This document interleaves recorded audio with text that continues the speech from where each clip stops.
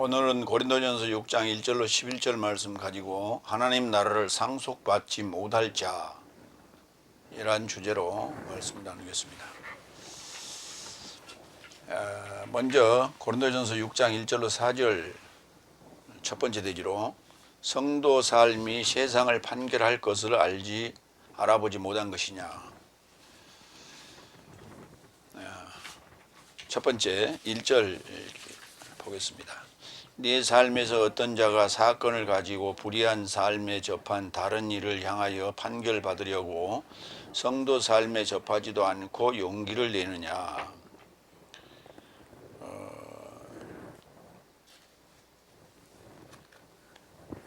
성도 중에 어떤 이가 사건이 하나 발생했는데 그걸 가지고 성도 삶에 접하지도 않고 성도 삶 안에서 서로 접촉하여 그것을 해결하고자 하는 그런 시도를 아니하고 불의한 삶에 접해서 다른 이에게 판결받으려고 용기를 내느냐. 그러니까 이제 외부로 그 사건을 가지고 와서 세상 법정에 가져갔다 그런 얘기로 지금 보입니다. 그래서 그 용기를 냈다. 굉장히 그 대단한 어떤 결정을 했다 이렇게 볼 수 있는 것이죠. 그러니까 이 말을 하게 된 근거가 마태복음 18장 15절로 17절 말씀에 예수님께서 교회 내에서 어떤 일이 발생했을 때의 상황을 가정에서 말씀을 하신 게 있어요. 그 근거에 예수님 말씀을 하시는 거예요. 18장 15절 읽겠습니다. 그래서 만일 내 형제가 내게 이르고자 범죄한다면 가서 너와 그 자만 상대하여 그를 책망하라. 만일 내 책망에게서 듣겠다면 내 형제를 얻은 것이다. 그러나 만일 듣지 않겠다면 모든 해설이 두 증인 삶이나 세 삶의 입에 접해 세워지게 하려고 하나 혹 두 삶을 너와 결합하여 데려가라. 만일 저 삶에게도 불순종하면 교회에 언급하라. 그러나 만일 교회에게도 불순종하면 네게 열국과 세리와 똑같다. 그래서 범죄자가 말로 해서 그것을 들을 때는 뭐 형제를 얻는 것이고, 그렇지 않을 때는 두세 증인의 세워서 거기서 이제 얘기를 해봐라. 그러니까 단독 얘기를 하고 두세 증인을 세워서 얘기를 하고, 그래도 안 되면은 교회에 공개적으로 얘기를 해서, 그렇게 해서도 안 되면은 아예 이제 열국이나 세리나 그렇게 취급을 하라 이런 얘기가 됩니다. 근데 이제 그런 그 절차를 무시하고 지금 사건을 밖으로 끄집고 나갔다는 얘기가 되겠죠. 고린도전서 5장 12절로 13절이 이제 5장 얘기니까 지금 6장 1절부터 오늘 우리가 보는데요. 5장 12절에 이런 얘기 했어요. 나와 외부 삶을 판결할 자가 누구냐? 네 삶은 내부 삶을 판결하지 않느냐? 그래서 하나님께서 외부 삶을 판결할 것이다.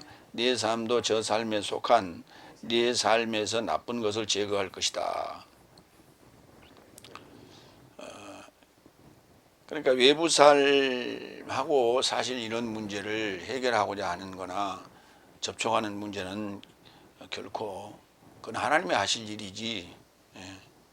그래서 그런 요소들을 내 삶 안에서 제거하라 이런 얘기를 이미 5장에서 한 얘기입니다. 그러니까 결국 교회 내에서 내분이 일어나서 그것을 밖에까지 가지고 나가서 판결받고자 하는 이런 사건까지 지금 벌어졌다 이렇게 볼 수 있는 거죠. 그래서 외부 삶은 하나님이 판결하실 거고, 그 다음에 내부 삶에 대한 문제는 자체적으로 해결하라 이런 얘기죠. 두 번째로 갑니다. 2절. 네 삶은 성도 삶이 세상을 판결할 것을 알아보지 못한 것이냐? 세상도 네 삶 앞에서 판결받거든. 가장 작은 삶의 법정 삶은 무가치한 삶이 아니냐. 그러니까 이제 크게 좀 생각하라는 얘기예요. 네 삶인 성도 삶이 세상을 판결할 것을 알지 못하느냐. 그러니까 이제 그 세상을 판결한다는 것은 결국은 하나님의 삶을 살게 된다는 거예요. 완료 하나님의 삶을 살게 된다는 거예요. 왜냐하면 복음 전하는 일이, 그리고 말씀 전하는 사역 자체가 그게 판결하는 거예요. 그런 그 일을 해야 되는데 거기에 세상 그 법정에 그걸 가져간다는 게 말이 되지 않는다는 얘기죠. 그래서 그거를 가장 작은 삶의 법정, 삶은, 그래서 법정은 무가치한 것이다. 아낙시오스, 무가치한 것이다. 가치가 없는 것이다. 그런 얘기를 했어요. 요한복음 3장 16절로 좀 볼까요? 16절 18절까지. 왜냐하면 하나님이 세상을 이처럼 사랑하셨으니 이같이 그의 유일한 아들을 주셔서 그의 이루고자 믿는 자 모두는 멸망치 않고 오히려 내세적 생명을 갖게 하려 합니다. 왜냐하면 하나님은 그의 아들을 세상에 이루고자 파견하셨으니 세상을 판결하고자 파견하지 않고 오히려 그로 인하여 세상이 구원받게 하려 합니다. 그의 이루고자 믿는 자는 판결받지 않는다. 그러나 믿지 않는 자는 하나님의 유일한 아들의 이름에 이루고자 믿지 않은 것이기 때문에 벌써 판결받은 것이다. 그러니까 복음을 받으면은 판결을 우리가 피할 수 있는 것이고, 복음을 받지 않으면 판결을 받는 것이다, 이렇게 얘기했어요. 믿지 아니하면, 복음을 받고 믿지 아니하면 판결받는 것이다. 그러니까 이것이 바로 세상을 판결하는 거예요. 이게 복음이라는 자체가, 복음을 선포하는 자체가 세상을 판결하는 거예요. 그러니까 복음을 받으면 판결을 피하게 되는 것이고, 복음을 받지 않으면은 판결을 받는 거예요. 그만큼 우리의 복음의 그 메시지에 대한 그 권위, 그리고 위력, 능력에 대해서 지금 얘기하고 있는 거예요. 그 얘기를 요한복음 3장 16절에서 18절에서 예수님 말씀하셨는데, 그 내용을 오늘 지금 파울로스께서 지금 고린도 교인들한테 편지를 보내면서 이런 얘기를 하고 있는 거예요. 요한복음 12장 47절로 48절도 볼까요? 그리고 누가 만약 나의 해설 삶에서 듣고도 믿지 않는다면 내가 그를 판결치 않겠다. 왜냐하면 나는 세상을 판결하러 온 것이 아니다. 오히려 세상을 구원하려고 왔다. 나를 무시하는 자와 나의 해설 삶을 취하지 않는 자는 그를 판결하는 자를 그가 가졌으니 내가 전한 그 말씀이 저를 최후의 날 안에서 판결할 것이다.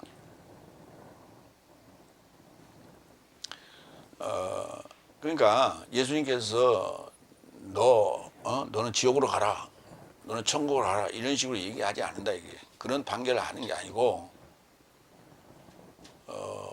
말씀을 던져놨다. 그러면 말씀을 던져놨으면 그 즉시 믿을 수도 있는 거고, 그 다음에 그것을 그 해설이 그 말씀이 지금 해설로 지금 전해진 거예요. 말씀이 로고스가 흐레마로 전해지는 거예요. 그 해설로 전해졌을 때 그것을 받은 자, 들은 자는 판결하는 자를 지금 가지고 있는 거예요. 그러니까 판결하는 자가 누구예요? 하나님이죠. 하나님을 지금 가지고 있는 거예요. 그 말씀을 들었다는 얘기는. 그래서 그것으로부터 그걸 잊어버리고자 하면 안 믿을 거고, 그것이 늘 생각나서 믿게 되면 그는 구원을 받을 수 있겠죠. 어쨌든 간에 그러면 복음을 전해받지 않는 사람은 판결을 안 받을 것이냐? 그냥 사망으로 가는 거예요. 그러니까 말씀을 받은 자, 해설을 받은 자는 최후의 날에 판결을 받게 되는데, 그 판결을 받는다는 얘기는 결국은 살아날 수 있는 확률이 있다는 거예요. 그만큼 그 복음의 위력을 지금 얘기하고, 복음의 능력을 말하고 있는 거예요. 그러니까 판결을 받는다는 것은 그게 살 수 있는 가능성이 있는 거예요. 판결이라는 게 뭐예요? 수술을 받는다고 생각하시면 됩니다. 그러니까 수술의 그 병반이나 그 바이러스를 우리가 찾아내는 것이 주사약을 투입해서 그것을 이제 검사할 수 있도록 우리가 투영제라고 그러죠. 투영제, 형광물질 같은 거요. 그래서 그거를 혈관 안에 주사를 해서 뭐 우리가 CT를 촬영할 때 그것이 잘 나타날 수 있도록 하는 거예요. 그리고 뭐 검사를 하는 거죠. 그러니까 뭐가 있는지. 그래서 그것이 확인된 상태에서 그 수술이 들어가게 되는데, 수술 들어가는, 그러니까 말씀을 들었다 또는 그 해설사람을 들었다라고 하는 것은 그 검사를 위한 하나의 투영제나 아니면 이런 것들이 지금 몸 안에 들어왔다 이런 얘기가 되고, 그걸 통해서 발견이 되면 본인이 그렇게 발견해야 돼. 아, 내가 지금 병이 들었구나 하는 것을, 내가 죄인이구나 하는 것을 알아야 되는 거예요. 그래서 본인이 믿게 되면 그 이제 하나님께서 수술을 하실 거예요. 그게 판결이에요. 그러니까 구원의 대상이 되지 않은 자들은 판결이 없어요. 굳이 그거 판결할 필요가 뭐 있어요? 응? 무슨 말이냐면 우리가 쓰레기가 있고 재활용품이 있잖아요. 쓰레기는 그냥 쓰레기로 가는 거예요. 근데 재활용품은 선별을 하기 시작해요. 그래서 플라스틱은 플라스틱대로, 철제는 철제대로, 그 다음에 종이는 종이대로 이렇게 분류를 해서 그것이 재활용될 수 있도록 하는 거예요.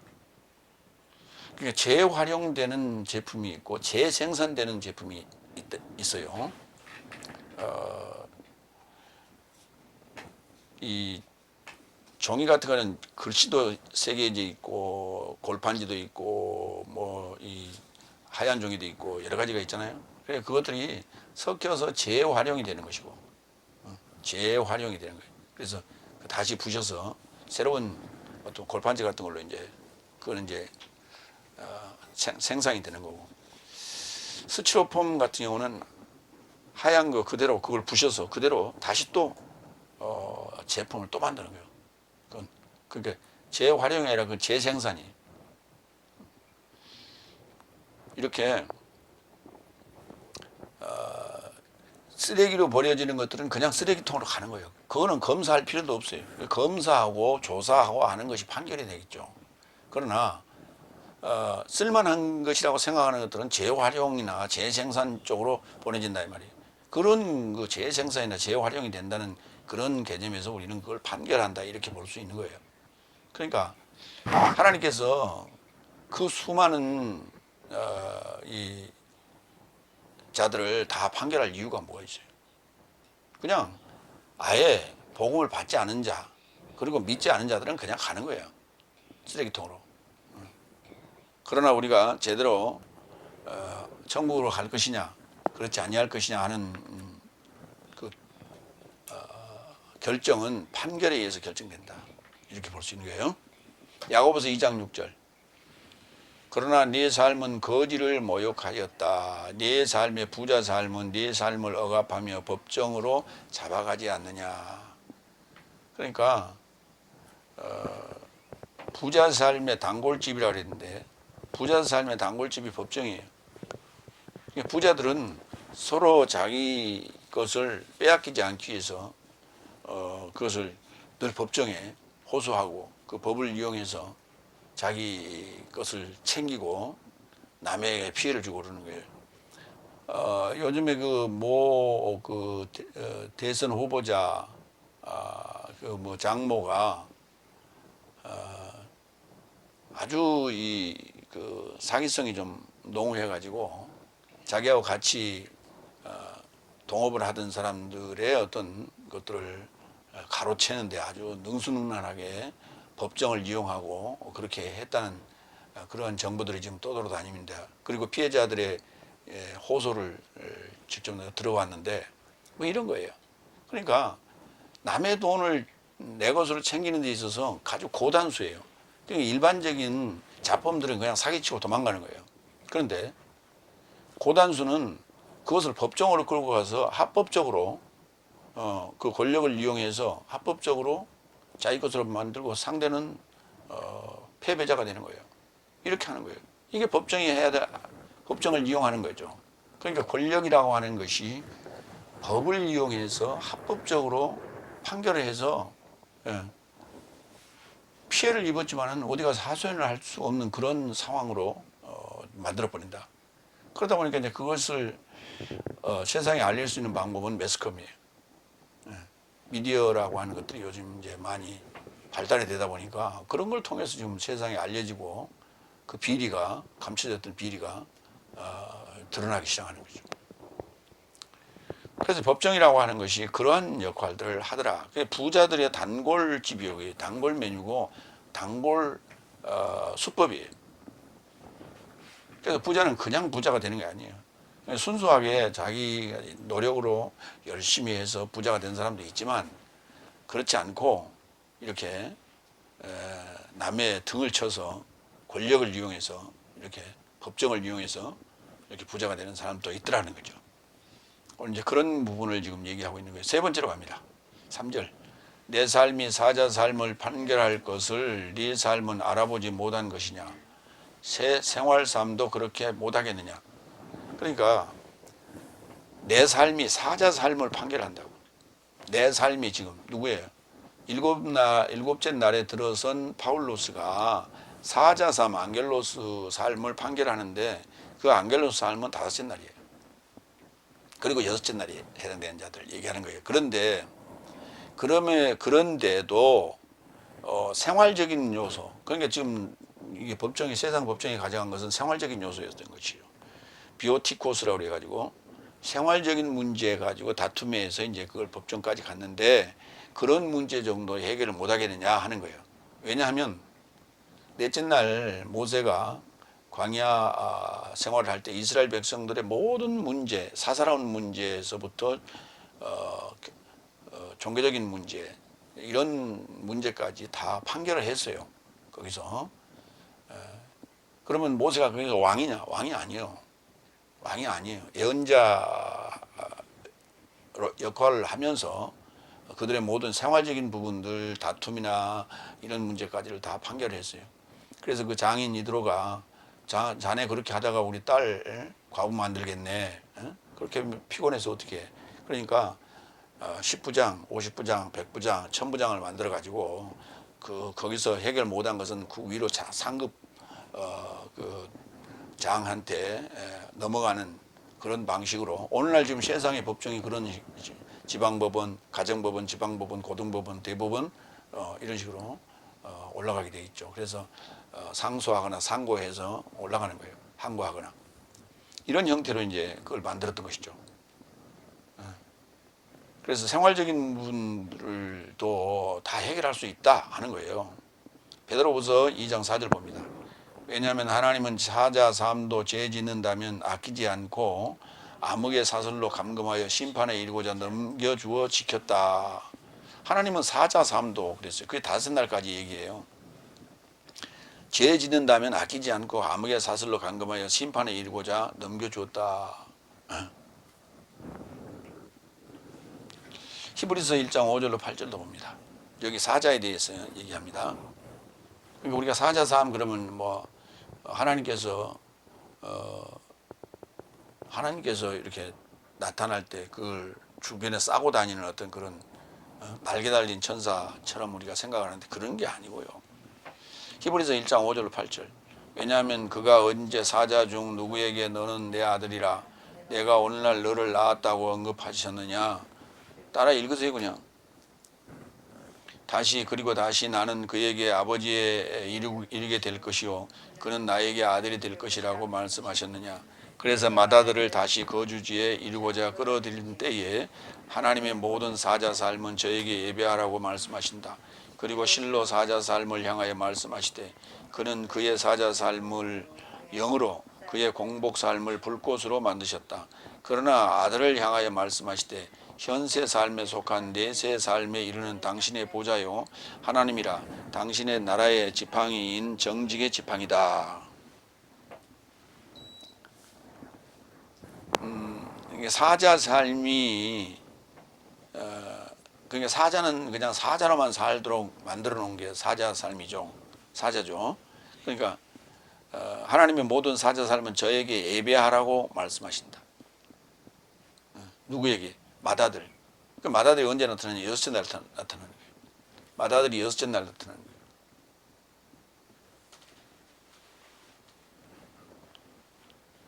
그러니까 다섯째 날 사자가 하는 얘기예요. 하나님의 모든 사자 삶은 저에게 예비하라고 말씀하신다. 그러니까 하나님은 그의 사자 삶을 영으로, 그의 공복 삶을 불꽃으로 만드셨다 그랬어요. 그래서 아들과 다르게, 우리가 하나님의 아들이라고 그러잖아요.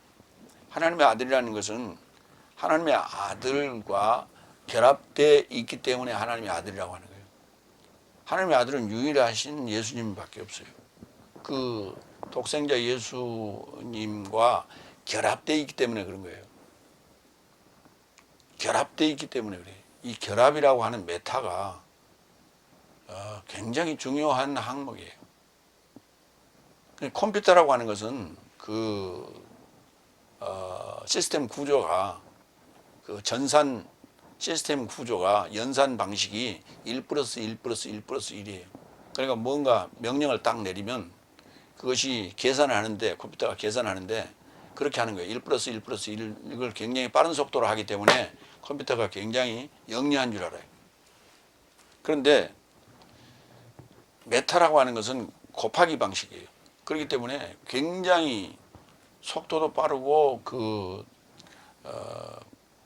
새로운 물질이 만들어지는 거예요. 그래서 새로운 물질이 만들어진다는 것은 변화된다는 얘기예요. 그래서 그게 헬라어의 메타에서 이제 우리 생활상으로 들어옵니다. 요즘은 이제 화두가 되고 있는 메타버스, 그러니까 결합된 세상, 아니면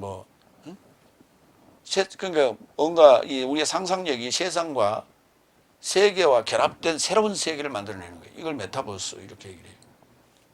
그런 거 하면 요새 이제 메타 물질 이런 얘기도 나와요. 전혀 새로운 그 요소들을 결합을 해서 새로운 물질이 나타나는 거예요. 그런 것이 이제 기초과학, 화학, 그러니까 화학이라는 것이 결국 물리학에 같이 연동되는 건데, 그런 것들이 이제 단순히 더해지는 개념이 아니라 곱하기 개념이에요. 새로운 물질의 어떤 변화가 되어서 새로운 것이 나타나는 거예요.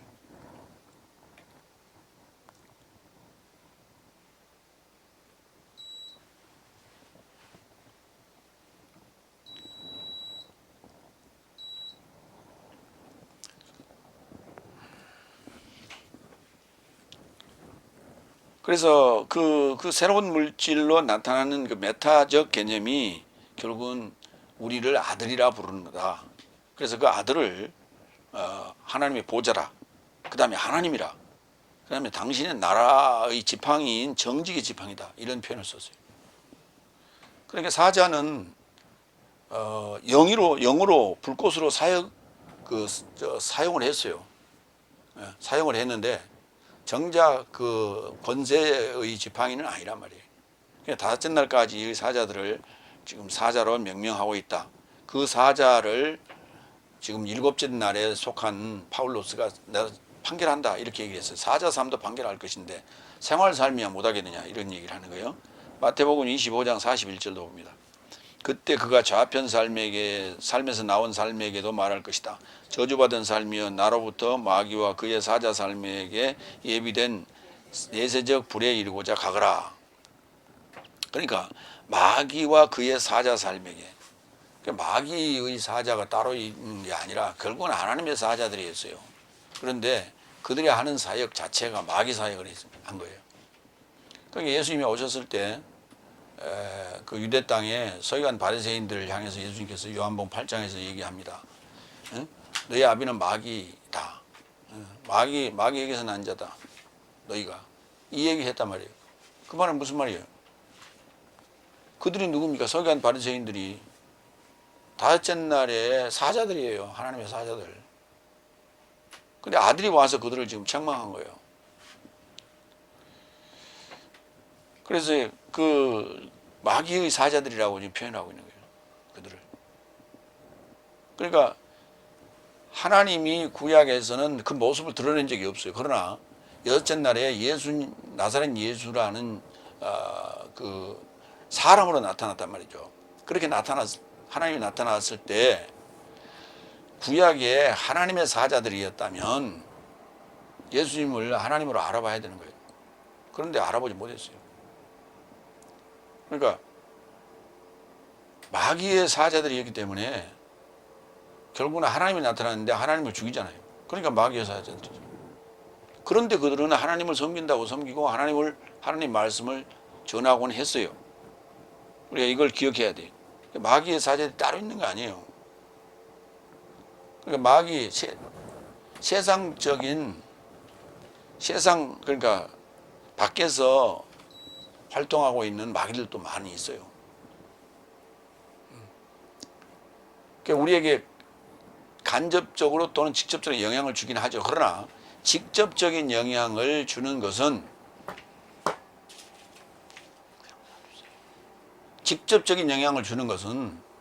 지금 그 서기관 바리새인들이라고요. 그게 지금 다섯째 날에 사자들이기 때문에 그렇습니다. 디모데후서 2장 4절 봅니다. 그게 생활이라는 단어가 비오티코스라고 그랬는데 이 비오티코스와 비오스는 동의어예요. 디모데후서 2장 4절 봅니다. 군 복무하는 자는 아무도 생활의 사업에 얽매이지 않나니 그 생활이라는 단어예요. 그러니까 이게 비오스, 살림의 사업에 얽매이지 않나니 군인을 징집한 자로 만족하게 하려 합니다.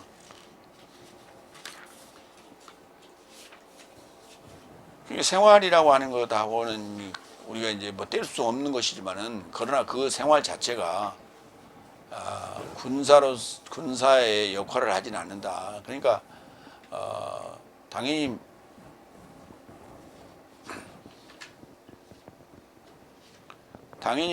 생활적인 요소가 군인도 당연히 있죠. 가정도 있고 여러 가지 있지만 그러나 그것이 군대가 출동한다든지 작전을 한다든지 전쟁에 나간다든지 할 때 영향을 주지는 않는다는 거예요. 그러니까 그 생활 문제가 우리에게 중요한 문제지만은 하나님 나라에 있어서 그렇게 그거를 중시할 필요는 없다 하는 얘기예요. 네 번째로 갑니다. 4절. 그런즉 실로 네 삶이 생활 법정 삶을 갖고 있다면 교회 안에 저런 멸시받은 삶을 안 치겠느냐. 그러니까 네 삶이 생활 법정 삶을 갖고 있다면 교회 안에 저런 멸시받은 삶을 그러니까 생활 법정 삶이라고 하는 것이 생활에 대한 그것이 거룩하지 못한다는 것을 알면서 그걸 어떻게 교회 안에 끌어들이냐 하는 얘기예요. 그래서 그거는 멸시받는 삶이다. 그래서 교회를 더럽히지 말라 이런 얘기가 되겠죠. 그와 유사한 내용들을 우리가 좀 성경에 좀 찾아보겠습니다. 사도행전 6장 1절로 4절. 이 날 삶 안에서 제자 삶이 증가했는데 히브리인 삶을 향하여 헬라인 삶의 원망이 발생했다. 이는 저 삶의 과부 삶이 날마다 봉사 안에서 홀대받았기 때문이더라. 그래서 12삶이 제자 삶의 대다수를 소환하여 언급하되 하나님의 말씀을 제쳐놓고 내 삶을 식탁으로 봉사함이 만족스럽지 못하다. 그런즉 형제 삶이여 네 삶에게 증언받은 성령과 지혜로 충만한 7 장정 삶을 살피라. 내 삶이 저 요구에 접하여 임명할 것이다. 그래서 내 삶은 기도와 말씀의 봉사에 열중할 것이다. 이제 초대교회에서 있었던 일이죠. 히브리인 교인들이 있었고 헬라인 교인들이 있었는데 헬라인 교인들한테 이제 외부에서 왔다고 디아스포라들이라고 해서 아마 그 사람들한테 주로 이제 과부들 특히 그들을 봉사하는데 이렇게 자꾸 배정을 해서 홀대했다 하는 얘기예요. 그래서 이제 그들이 불만이 생기니까 식탁 특히 이제 봉사하는 게 주로 식탁 일 관련된 것이죠. 그래서 형제 삶 중에서 성령과 지혜가 충만한 7 장정을 뽑아서 그들에게 그것을 맡기기로 하자. 그리고 내 삶은 이런 생활적인 문제에 대해서 좀 손 떼고 우리 모두가 다 기도와 말씀의 봉사에 열중하자. 이런 이제 부분이 나옵니다. 그러니까 굉장히 그 식탁 봉사라고 하는 문제가 중요한 문제고 또 큰 문제이죠. 그러나 그것 자체가 말씀을 듣는 데 있어서 장애물이 돼서는 안 된다. 그러한 필요가 말씀 그 공부 시간에 또는 예배 시간에 조는 일이 있다든지 그래서는 안 되겠다. 그런 일 때문에. 그래서 그런 일을 하는 사람들은 불평이 없을 만한 성령과 지혜가 충만한 일곱 장정 삶으로 아예 그냥 제한시켜 놓겠다. 고정시켜 놓겠다. 그래서 그들은 충분히 그 일을 봉사 일을 하면서도 그것에 대해 불평하지 않을 정도가 되는 사람들로 임명을 하겠다. 이런 얘기가 나오고 있습니다. 그래서 어떤 생활의 분쟁을 미연에 방지하는 그런 역할을 했다. 삶의 지혜고 교회를 운영하는 지혜죠. 사도행전 4장 10절로 11절 봅니다. 모든 내 삶과 이스라엘 모든 백성으로 알게 하라. 내 삶이 십자가에 못 박은 자를 하나님이 죽음 삶에서 일으키신 나사렛 그리스도 예수의 이름 안에서 이 사람이 건강하게 내 삶 앞에 가까이 섰다. 이분은 내 삶의 건축자 삶에 의해 멸시받은 돌이 모퉁이의 머리에 이루고자 된 분이시다. 누구예요? 예수님 얘기하고 있죠. 예. 그러니까 멸시받았다는 하고 엑수떼네오 멸시받은 또는 멸시받은 버림받은 돌이 모퉁이의 머리에 이르게 된 분이다 하는 얘기예요. 그러니까 그냥 버려진 돌, 멸시받은 삶을 교회 안에 앉히겠느냐. 그러니까 교회 밖에 있던 사람들은 존경이나 존중의 대상이 아니에요. 멸시받은 그냥 신장로에 굴러다니는 조약들과 같다. 이렇게 보는 거예요. 그러니까 예수님을 그렇게 취급했어요. 그랬는데 그 성전에 모퉁이 머릿돌이 돼 있죠. 머릿돌은 굉장히 중요한 거 아니에요. 두 번째 대지로 갑니다. 고린도서 6장 5절로 8절. 형제의 중심을 들어올려 분별함이 가능할 지혜가 하나도 없느냐 이렇게 잡았는데요. 다섯 번째 5절 6절을 읽겠습니다. 나는 내 삶에게 부끄러움을 향해 말한다. 이같이 내 삶 안에 그의 형제의 중심을 들어올려 분별함이 가능할 지혜가 하나도 없느냐. 오히려 형제가 형제에 결합하여 판결받고 이자가 불신자 삶에 접해서도 판결받느냐. 이제 구체적으로 이제 5절 6절에 언급을 했어요. 그러니까 형제의 중심을 들어올려서 그 안에 중심 핵심을 끌어올려서 하나님의 말씀으로 분별해낼 수 있는, 하나님의 지혜로 분별해낼 수 있는 그런 지혜가 없느냐 이렇게 얘기했어요. 그러니까 결국은 솔로몬의 지혜를 얘기하고 있다 이렇게 볼 수 있는 거예요. 그러니까 형제의 중심을 끌어올려 분별하는 솔로몬의 지혜가 없느냐. 솔로몬이 그 검을 가지고 두 아낙네가 있었는데 아이들을 가지고 있었는데 하나는 죽고 하나는 지금 살아 있는데 그 죽인 자가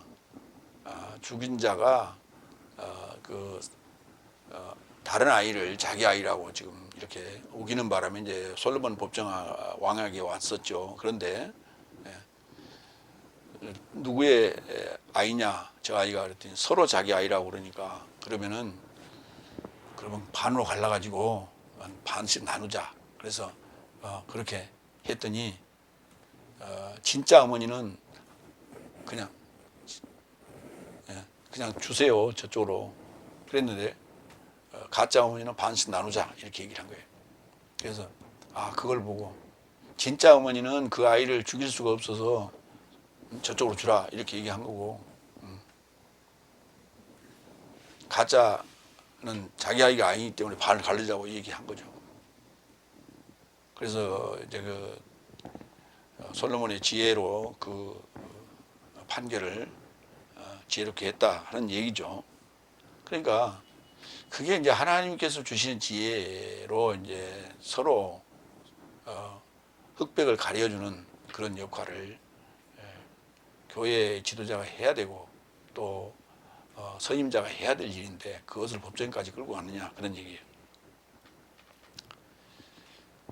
이게 부끄러운 줄 알아라 그랬죠. 고린도전서 15장 34절. 의롭게 정신 차리고 죄짓지 말라. 왜냐하면 어떤 삶이 하나님의 무지를 가졌으니 내가 부끄러움을 향하여 내 삶에게 말한다. 무지를 가졌다는 게 부끄러움이에요. 부끄러운 줄 알아라. 누가복음 11장 31절도 봅니다. 솔로몬의 지혜예요. 남방 여왕이 이 세대 장정 삶에 결합하여 일어나게 되어 심판 안에서 이 세대를 정죄할 것이다. 그녀는 솔로몬의 지혜를 들으려고 땅 끝에서 왔으나 보라 솔로몬보다 더 큰 이가 여기 있다. 솔로몬보다 더 큰 이가 예수님께서 모든 것을 판결하셨도 현장에서 가나다라 잡혀온 여인이 있었죠. 그리고 유대인들이 얘기했어요. 저 여자를 모세는 돌로 치라 했는데 어찌할까요? 그랬더니 죄 없는 이가 돌로 치라 그랬어요. 예수님께서 판결하신 거예요. 예수님의 지혜가 그렇단 말이에요. 죄 없는 이가, 그러니까 전혀 지금 뜻밖의 지금 답이 나온 거예요. 가이사에게 세금을 바치는 게 가합니까 불가합니까? 그러면 데나리온 하나를 가져와 봐라. 데나리온 가져왔어요. 예수님께서 이리 줘봐 그러지 않았어요. 뭐라고 했냐? 그게 그 데나리온에 누구의 글과 누구의 그 형상이 있느냐 그랬더니 가이사의 형상과 가이사의 글이 있습니다. 그랬더니 그럼 가이사에 갖다 바쳐라. 하나님의 것은 하나님에게 갖다 바쳐라. 그랬단 말이에요. 그러니까 그게 지금 전혀 동문서답을 하시는 거예요. 그 영적인 해석을 해 주신 거라고. 그러니까 그들은 지금 멍쳐서 그냥 가버렸죠. 이게 이제 솔로몬의 지혜보다 더 큰 예수님의 지혜예요. 오늘 지금 파울로스는 7째 날에 예수님과 결합된 상태에 있기 때문에 지금 지혜를 가지고 있다는 얘기예요. 마태복음 7장 1절. 네 삶이 판결받지 않으려면 판결하지 말라. 왜냐하면 판결 안에서 네 삶이 판결하면 네 삶이 판결받을 것이나 청량 안에서 네 삶이 청량하면 네 삶에게 그가 대신 청량받을 것이다. 그러니까 이 판결과 청량이라고 하는 것이 그걸 뭐 정확하게 가를 수는 없지만은 좋은 쪽으로 해결을 하는 것을 우리가 청량, 또 상대의 그 상황과 상태를 이렇게 세세하게 이렇게 분석해 주는 것을 우리가 청량이라고 그래요. 청량이라는 말이 무슨 말이에요? 리스트머스 종이와 같은 거예요. 탁 집어넣으면 너의 지금 상태가 어떻다. 우리가 왜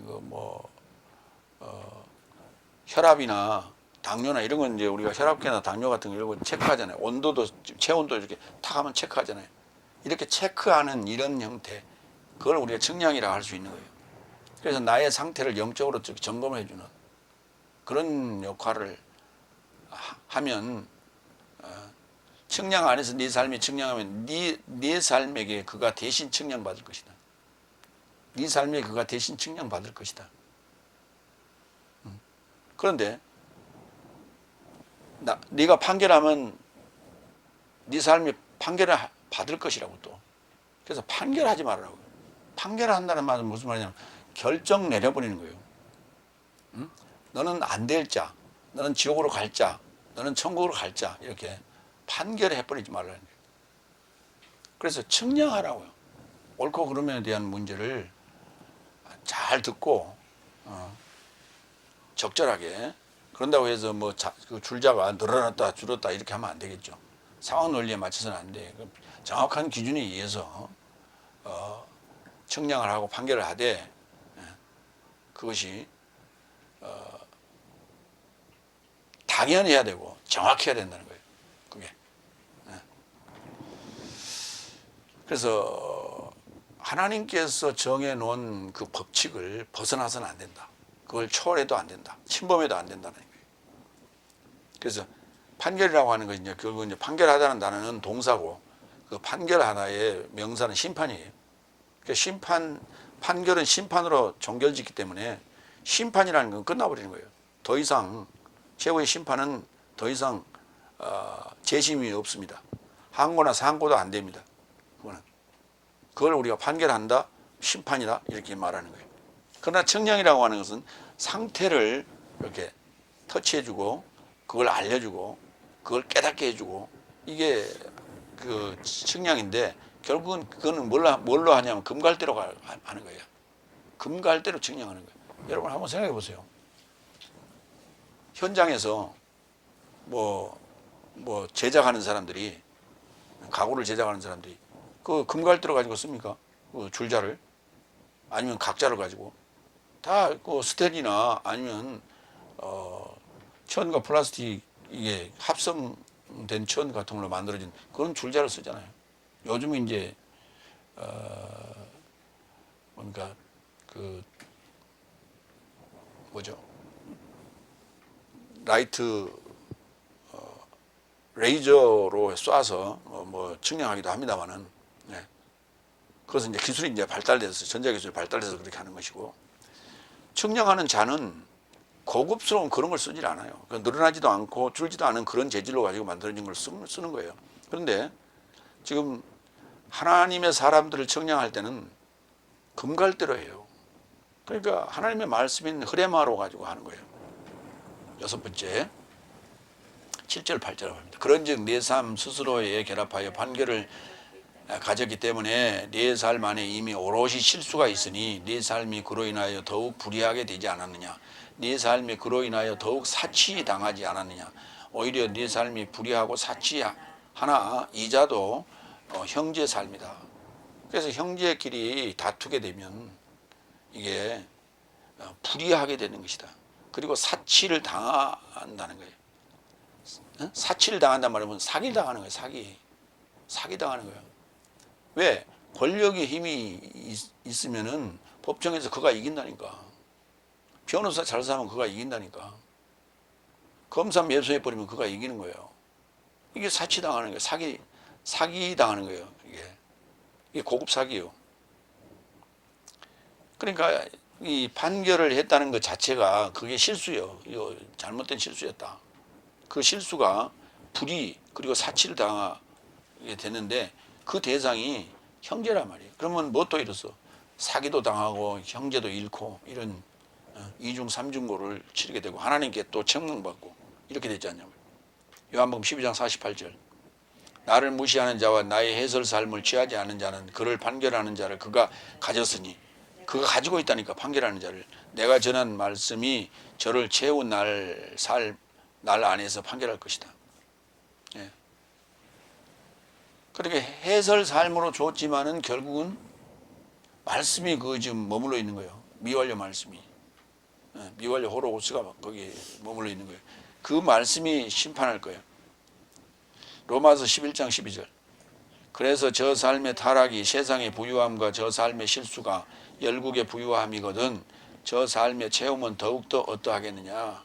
타락의 실수예요. 타락이 세상의 부유함과 저 삶의 실수가 됐어. 그래서 그것 때문에 열국이 부유하게 됐다는 거예요. 복음이 열국으로 가버렸다고 말이에요. 로마서 11장 12절에 유대인과 그다음에 열국과의 관계, 젖붙임의 관계, 나무의 감람나무와 그 참 감람나무의 젖붙임의 관계를 얘기할 때 이 한 얘기예요. 그래서 내게 온 복을 차버리지 말라는 거예요. 이게 바로 판결이라고 하는 이런 뭔가 조그만 지식을 가지고 상대를 판결해버리는, 형제를 판결해버리는 이런 실수를 하지 말라는 거예요.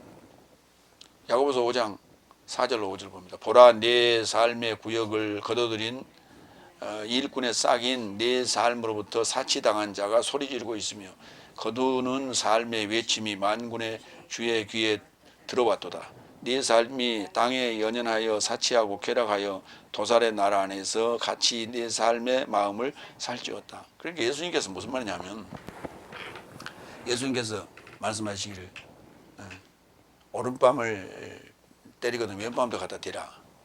왼밤을 때리거든 오른밤을 갖다 대라. 그 다음에 겉옷을 달라 하면 속옷까지 줘라. 이런 말씀을 하셨죠. 그러니까 형제가 요구하면 과분하게 줘버리라. 빌려주지 말고 적선해라. 이런 얘기예요. 근데 그것을 받겠다고 달라니까 안 주니까 법정까지 끌고 가고 이렇게 되면 교회 전체가 찬물을 끼얹고 그래서 파가 갈리고 그 다음에 형제도 잃고 돈도 잃고 이런 형국이 벌어지지 않습니까?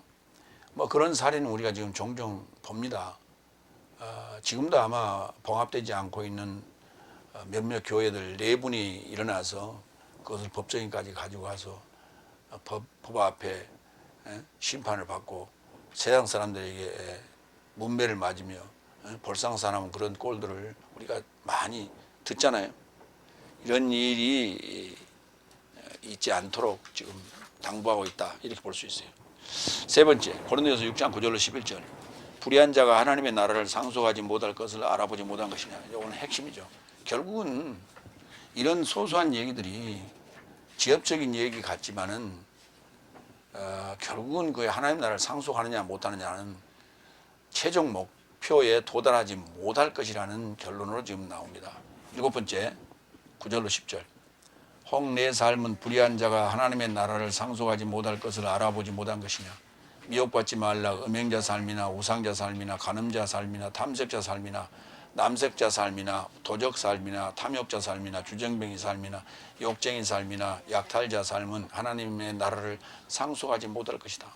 하나님의 나라를 상속하지 못한다. 상속자가 누구냐면 아들이에요. 그러니까 하나님의 사자는 될 수 있어도 상속자는 될 수 없다는 거예요. 상속자가 아들이에요. 그래서 사자와 하나님의 아들을 히브리서에서 구분하잖아요.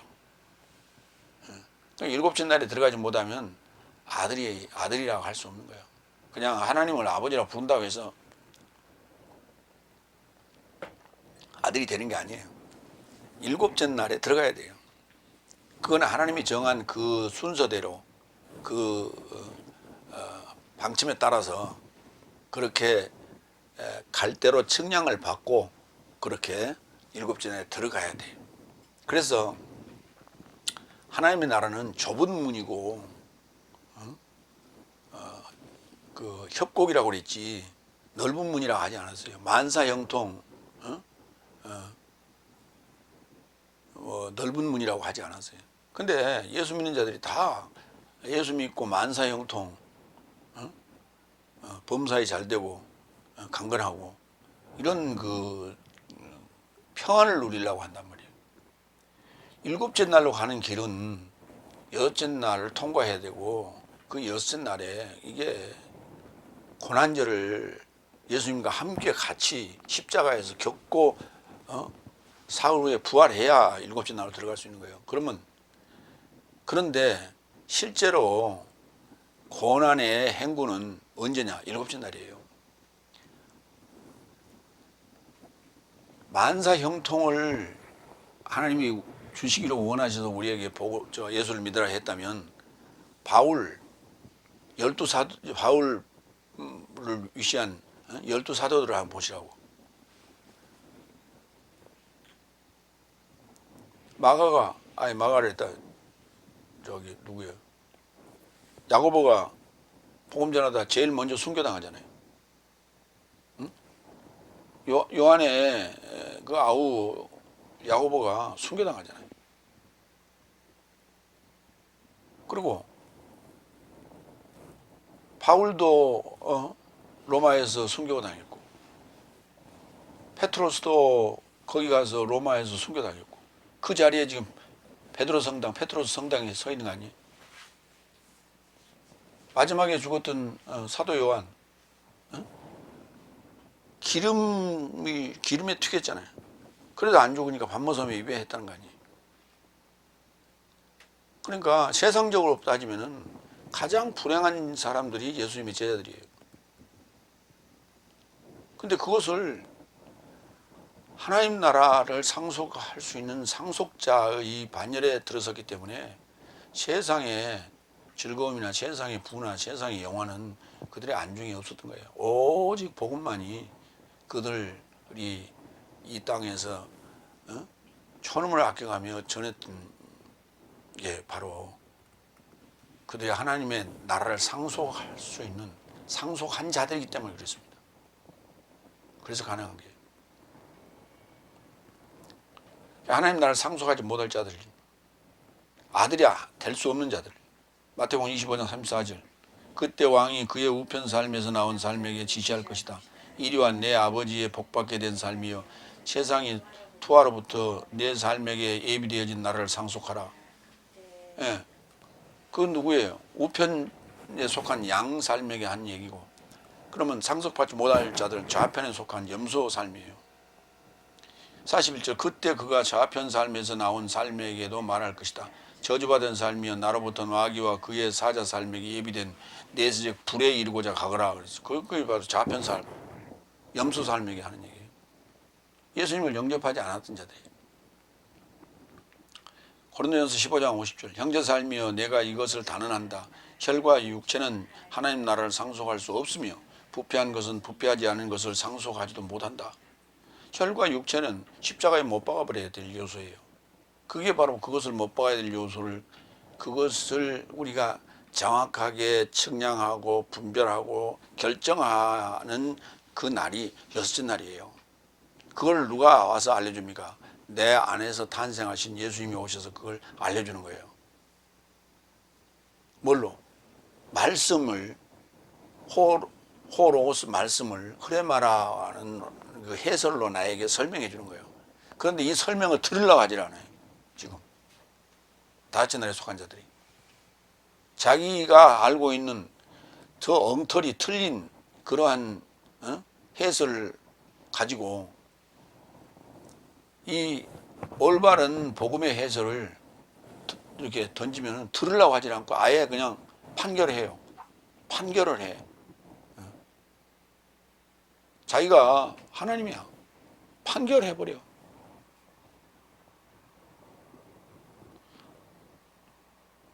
아니 원어도 모르는 자들이 원어를 재해석해서 해설로 제대로 설명을 해주면 들어보고 나서 판단을 해. 판결하고 판단해야 할 거 아니에요. 근데 탁 제목이나 한두 구절 딱 읽고는 끝. 그냥 판결해요. 그건 판결받을 자들이에요. 그건 심판받을 자들이에요. 갈라디아서 4장 3절 그러나 성경은 무엇을 말하느냐 여종과 그녀의 아들을 내쫓으라. 왜냐하면 여종의 아들이 자유로운 자의 아들과 함께 결코 상속하지 못한다.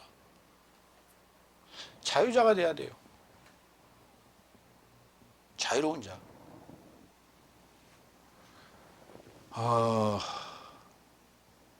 일본 사람들이 한국 사람들을 얘기해서 모래알 민족이다 이렇게 얘기해요. 뭉치지 못한다 이렇게 얘기해요. 그게요. 아니 우리 한번 생각을 한번 해보세요.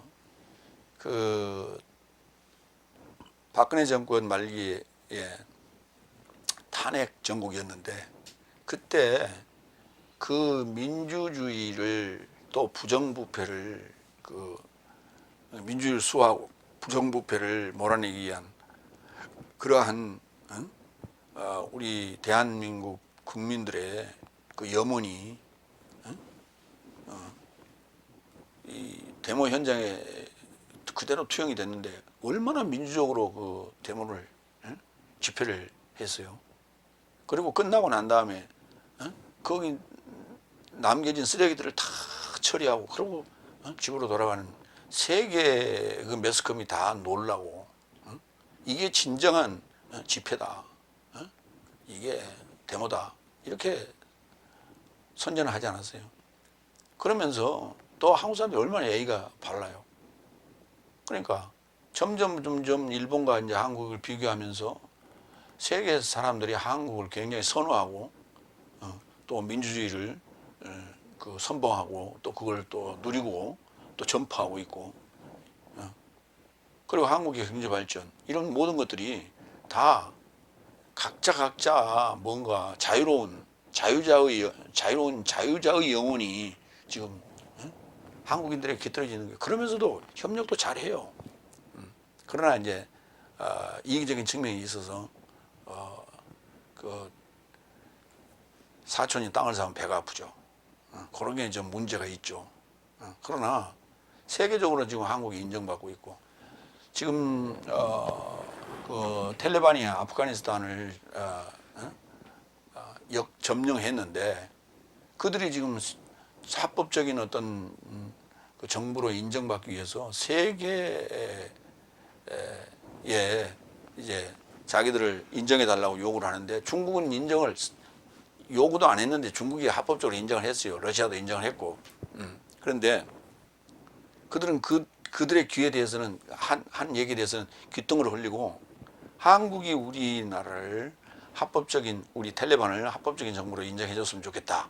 그리고 우리가 가지고 있는 이 지하 자원이 많은데 히토류 같은 거 많이 있는데 그것을 한국이 개발해 줬으면 좋겠다. 이렇게 아예 노골적으로 구체적으로 한국한테 이 저걸 보낸 거예요. 콜을. 그러니까 한국은 지금 그 콜을 보내는 상황에서 한국 그 군들이 이제 거기 가서 그 재건 사업 할 때 같이 협력했던 사람들 400여 명 되는데 그 400여 명들을 암암리에 탈출 작전을 감행해서 두 차례에 걸쳐서 400여 명을 데려왔잖아요.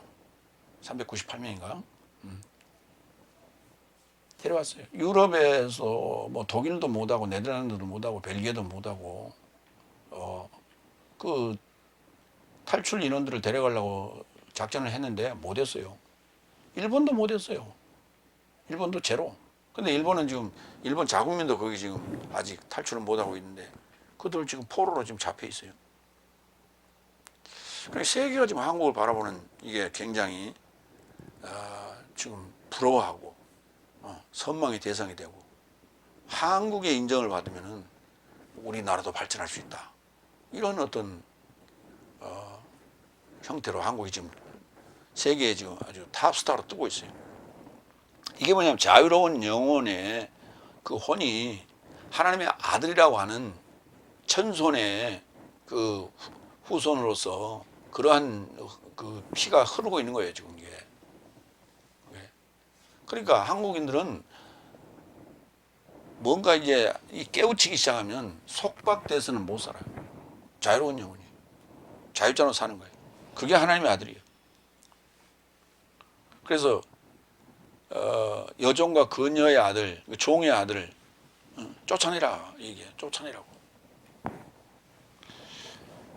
과거에 상놈과 양반의 신분을 2조 500년 동안 우리가 2조만이 아니죠.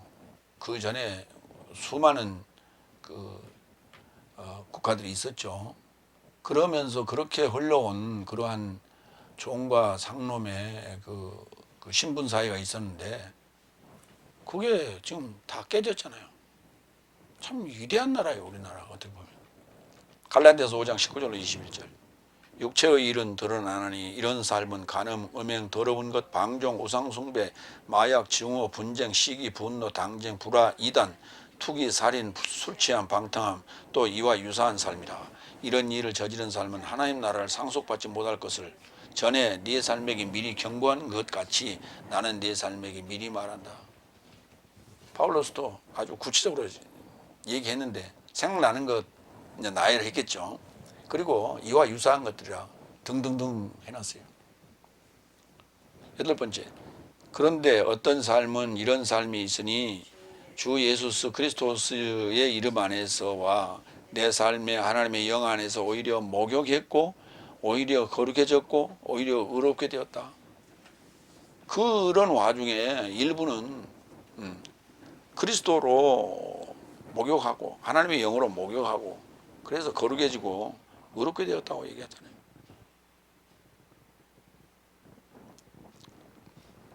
마무리합니다. 그냥 결국은 우리가 이제 적게 보면 사사로운 여러 가지 분쟁들, 일반 생활적인 요소들, 또 뭐 교회에 모이는 것, 예배드리는 어떤 모습 여러 가지 우리가 구분해서 나열할 수 있겠습니다만은 크게 그리면 뭐냐? 하나님의 나라를 상속하느냐 못하느냐. 하나님의 나라를 상속한다는 것은 아들이 되는 것이고 상속 못한다는 것은 그냥 종으로 끝나는 거예요. 그래서 종으로 살 거냐 아들로 살 거냐. 나는 아들로 살랍니다. 그래 아들로 살랍니다 라고 한다고 되는 게 아니에요.